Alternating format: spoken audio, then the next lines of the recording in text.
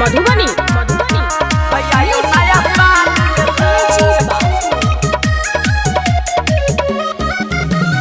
DJ बजे बई party मनेबे खुशहाल यो भैया।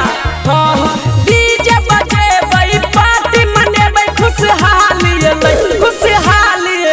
खूब करबई भैया यो डांस देखियो नया साल एलै।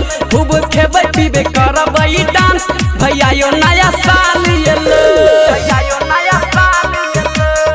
Singing by Anil Sharma.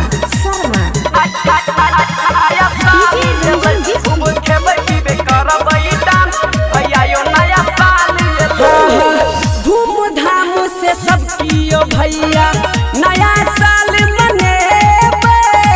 खेबै पीबै मौज उड़ेबै डीजे पर कमर हिलेबै। धूमधाम से सब कियो भैया नया साल मनेबै। खेबै पीबै मौज उड़ेबै डीजे पर कमर हिलेबै। बाटत ग्रीटिंग कार्ड सब बेहाल भेलै।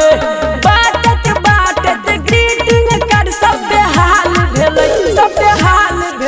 खूब नचबै करबै धमाल भैया यो नया साल एलै। खूब नचबै करबै धमाल भैया यो नया साल एलै।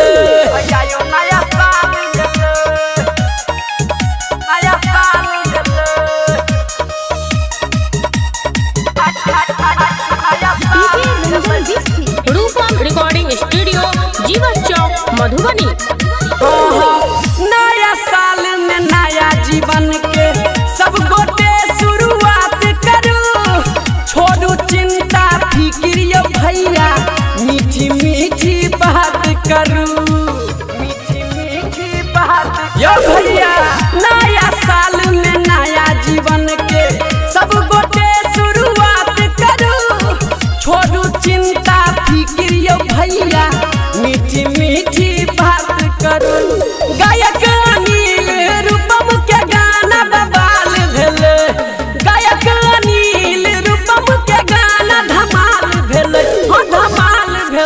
खूब करबै डांस यो भाई देखियो नया साल एलै। खूब करबै डांस यो भाई देखियो नया साल एलै। भैया फेर से बजे है गाना।